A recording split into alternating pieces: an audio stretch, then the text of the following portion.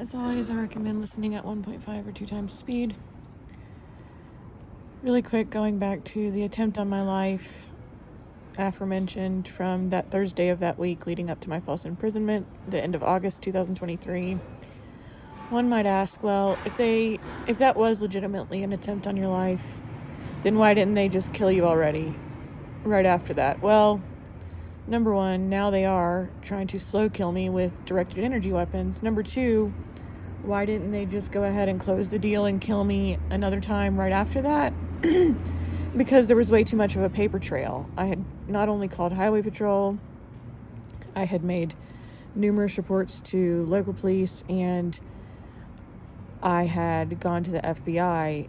And so these people want to do what they can get away with. There was way too much of a paper trail now. Of course, there was a paper trail as of that day when I pretty much 100% believe that they were trying to kill me that day.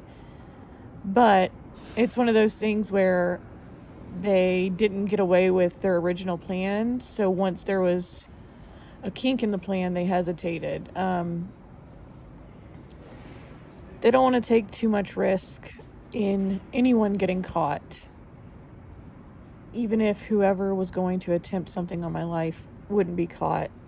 Gil Lopez's name is tied to it, and that would have been way too much heat for him past that point.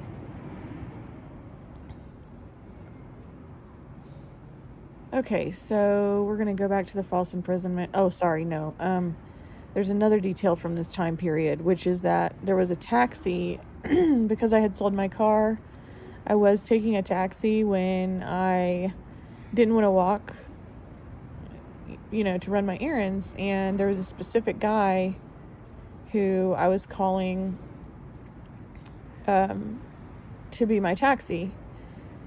Well, on a few different documents and research I've done, you'll see that taxi services, etc., are part of these rape trafficking networks. That's already knowledge. And then I've already gone into the details about the yellow cab from the black woman with the short locks who tried to run us off the road. So it was the same company as them. So we already know that this company is involved with this rape trafficking ring. Well, even at that level, I have significant reason to believe that the rape trafficking ring is working through proxy of FBI under color of authority when they're, reaching out to the taxi people. So this guy, I forget his name, he always wore like this crocheted hat on his head. I believe he was Muslim. Well, okay, so the first time that I took a ride from him, he tried to overcharge me, and that was my first inclination that something was up. I stood my ground and didn't let him overcharge me, and I confronted him about it.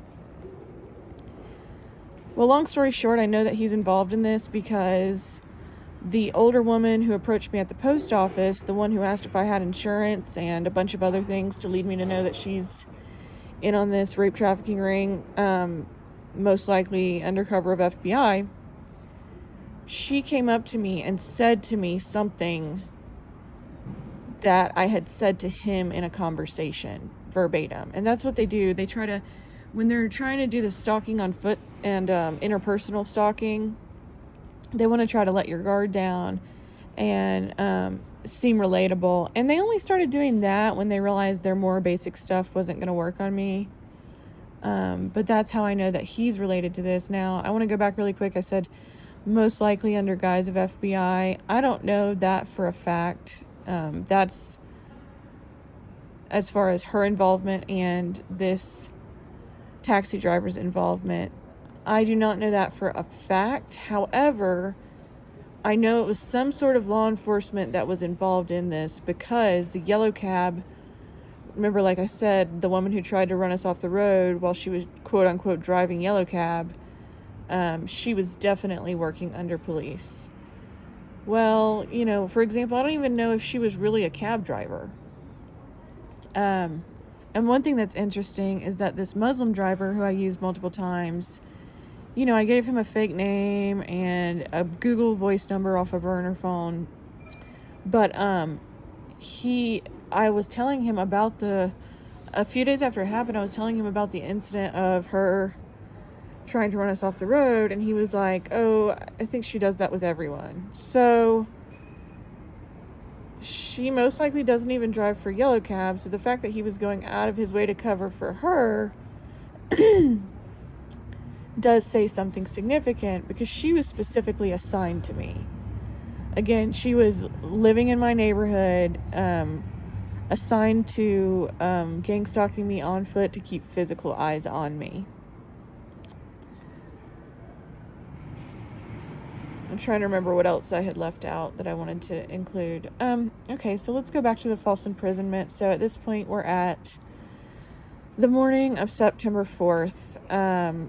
So the super significant thing about this period of time, as it relates to that first rape on the night of September 3rd, morning of September 4th, is that I did ask again about the cameras, but I didn't ask that multiple times. But what I did ask multiple times, like literally at least 4 times over the next 4 days, was that I needed to be evaluated by a doctor or go to the ER to have a rape kit done, and to be medicated with prophylactic STI drugs. What this hospital did is totally criminal. They denied me emergency care. They denied me access to a medical doctor in an emergency. They denied me access to see a medical doctor. That is absolutely illegal under North Carolina law. And again, they do it under the gaslighting, under the guise of, oh, she's just psychotic, she wasn't really raped type of thing. But it is illegal. If someone's having a medical emergency, which I reported to them that anal bleeding is a medical emergency, then by law they are required to let you see a medical doctor. These psychiatric facilities are acting as judge, jury, and executioner. The people being held there do not have access to a medical doctor in medical emergencies, which is not only unethical but illegal. They don't even have a medical doctor there. After 4 days, they finally sent a nurse practitioner to me, but they only did that to try to give a concession, to try to get more information out of me that they couldn't get otherwise. Someone new to talk to me and ask me questions and interrogate me. She specifically said, I can't do a rape kit. I'm not qualified to do that. Well, by that time, it had already been 4 days. So that's really important on this thing, because obviously regular people hear my story and they just say, well, did the hospital do a rape kit, etc.? These are the type of obstacles to that.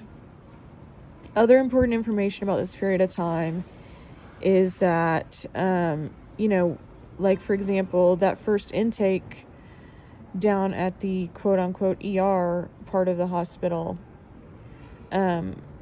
when I spoke to the black female psychiatrist, I did say some details of the case, and when I went upstairs to be admitted, which is an all-female ward, however, there are male psych techs that work on the all-female ward. So there's the male ward and the female ward, and males and females get together for group time and to go outside, but they're sleeping in their own enclosures, locked behind locked doors in their own separate enclosures. Well, there's still male psych techs on the female side, and that part is really important to my story because it's how they were able to rape me while I was being held there in my sleep.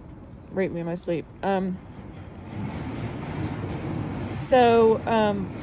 Yeah, then I did talk to, at that time I was thinking, okay, I need to try to get out of here. I'm going to pick up in a minute.